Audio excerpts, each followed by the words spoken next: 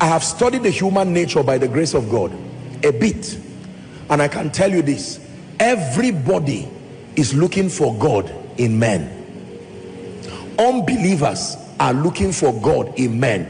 They call them employees.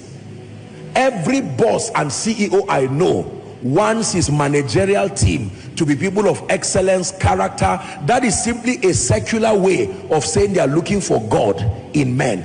Every wife I know is looking for God in her husband. Every husband I know is looking for God in his wife. Every parent, you see, all these things about children, they are looking for God in one another. Others may admit it, others will not want to say God. They just say a well-behaved husband.